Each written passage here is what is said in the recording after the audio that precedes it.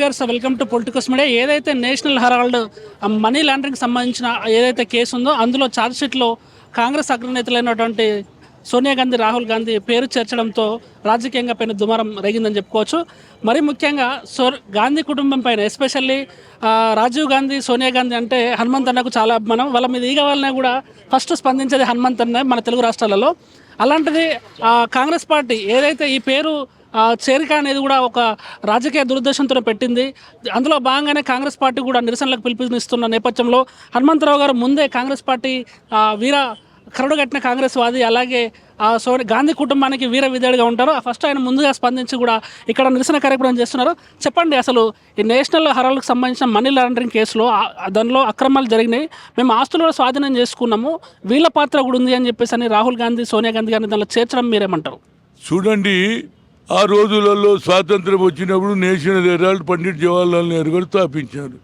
రాను రాను పత్రికలు కొన్ని ఏమో పైకి వచ్చినాయి, కొన్ని పత్రికలు లాసులు వచ్చినాయి. దాని మీద కొంత వెనుకబడిపోయినారు. దానికి వాళ్ళు ఎట్టి పరిస్థితుల్లో దాన్ని బాగు చేయాలని ప్రయత్నం చేస్తున్నారు. దానికి వీళ్ళు ఏమంటారు, మీరు అక్కడికి వెళ్ళి డబ్బులు తెచ్చి ఇటుకెళ్ళి తెచ్చి మనీ లాంటి. మరి విజయ్ మల్లయ్య కూడా కోట్ల రూపాయలు కొట్టేసి వెళ్ళిపోయింది కదా, నరేంద్ర మోడీ వెళ్ళిపోయింది కదా, వాళ్ళని ఎందుకు కొడతలేవు? ఈడీ అంటే అందరికి బరాబర్ కదా. ఈడీకి గతంలో ఎలక్షన్ కమిషన్ ఒకరి చేతిలో ఉండకపోతుండే, ఇండిపెండెంట్ ఉంటుండే సిబిఐ. ఇప్పుడు ఏది చెప్తే నరేంద్ర మోడీ కానీ అమిత్ షా ఏది చెప్తే ఎవరి మీద అంటే దాని మీద కేసు వేస్తున్నారు. అలాంటి పాపులర్ ఉన్నటువంటి ఆ కుటుంబం త్యాగం చేసింది, దేశ స్వాతంత్రం గురించి జైలుకు పోయినరు, ప్రాణాలు అర్పించును. వాళ్ళ అత్త చనిపోయినా, భర్త చనిపోయినా దేశం గురించి పోరాడుతుంది. ఐఐఎంలో ఆ అమ్మ వల్లనే ఇవాళ మాకు రిజర్వేషన్ వచ్చింది.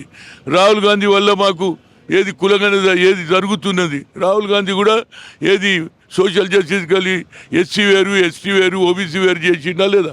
కన్యాకుమారి నుంచి కాశ్మీర్ దర్శిన తర్వాత ఆయన పాపులర్ అవుతున్నాడు కనుక వీళ్ళిద్దరిని మీద కేసులు వేసేస్తే ఇక అడిగేటోడు ఉన్నాడు. దానికి కారణం మొదలే ఒకటి చూపించిండ్రు, ఎన్నట్లేంది ఒక అమెండ్మెంట్ బిల్లు తెచ్చిండు.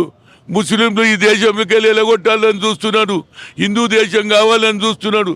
ఇంకో పక్క అమిత్ షా అంబేద్కర్కి అవమానం చేస్తాడు, ఇదో ఫ్యాషన్ అయిపోయింది. అరే దేవుడు రా మాకు, అంబేద్కర్ మా దేవుడు అంటాడు బడుగు బలైన వర్గాలకు, ఆయనకు అవమానం చేస్తాడు. ఇంకోటి అంటాడు మోహన్ భగత్ ఆర్ఎస్ఎస్ లీడర్, స్వాతంత్రం కబాయా हिंदुस्तान में अयोध्या का राम मंदिर खुलने के बाद हुआ। अरे तेरे को क्या मालूम रे भाई, कब देश आज़ादी हुआ? 7 साल की बच्ची को पूछो तो बोलता our independent days come 1947 15th August చెప్తారా లేదా? ఇలాంటివి చేసుకుంటూ మనీ లాండరింగ్లో చేసి సోనియా గాంధీని, రాహుల్ గాంధీ గతంలో షా కమిషన్లో కూడా ఇందిరాగాంధీని లోపలి 77 వేస్తే 80లో ల్యాండ్ స్లైడ్ విక్టరీ అయింది. నరేంద్ర మోడీ ఆ తప్పు చేయకరా బాబు, మళ్ళీ నీ దుఃఖం బంద్ అవుతుంది.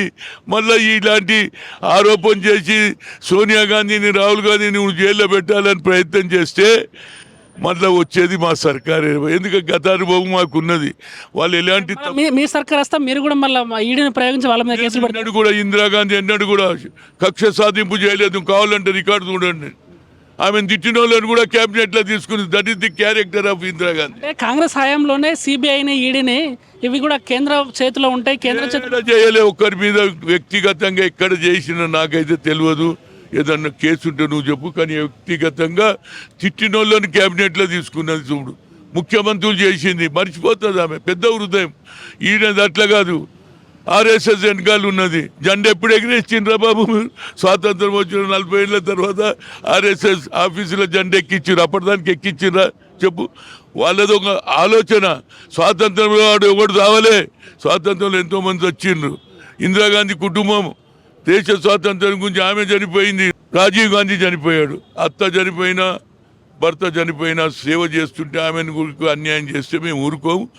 తప్పనిసరిగా ఈ కేసు విడ్రా వరకు మాకు యుద్ధం కొనసాగుతుంది అనేది. కాంగ్రెస్ పార్టీ ప్రధానంగా రేపు పిలుపునిచ్చింది. హనుమంత్ నచ్చ ముందుగా కూర్చున్నాడు. ఎందుకంటే నేను ఆనాడు కూడా అంత అభిమానం ఎందుకు గాంధీ కుటుంబం? అభిమానం అంటే ఒక ఆర్డినరీ కుటుంబంలో పుట్టిన నా అయ్య లేడు పాలిటిక్స్లో, మా బావ లేడు, మా మామ లేడు, కానీ నన్ను టాలెంట్ను గుర్తించి పిసిసి అధ్యక్షుడు, యూత్ కాంగ్రెస్ ముఖ్యమంత్రి దానికే పోయినా.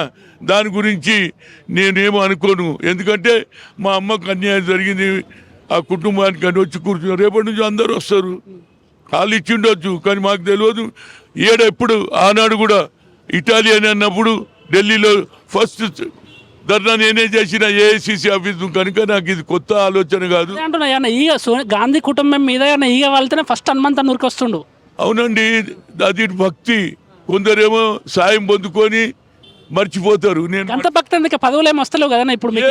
రాకపోయినా హనుమంత్ అధికారం ఉన్నది రాష్ట్రంలో, హనుమంత్ అన్నకు పదవి ఏం లేదు, అయినా కూడా ఇంత పిచ్చి అభిమానం ఎందుకు? ఏదైనా ఎవరు ఏం చేసినా నాకుండే పలుకుబడి ఉన్నది. ఆ కుటుంబానికి లాయలున్నా జీవితాంతం అవసరం అనుకుంటే ప్రాణం కూడా త్యాగం చేస్తారు. అంటే ప్రధానంగా ఇప్పుడు వీళ్ళ పేరు చేర్స్తే మోడీకి వచ్చే వ్యక్తిగత లాభం ఏంటి? అంటే నిజంగా అందులో ఏ అక్రమం జరగకుండా పేరు చేర్చారని మీరు భావిస్తున్నారు?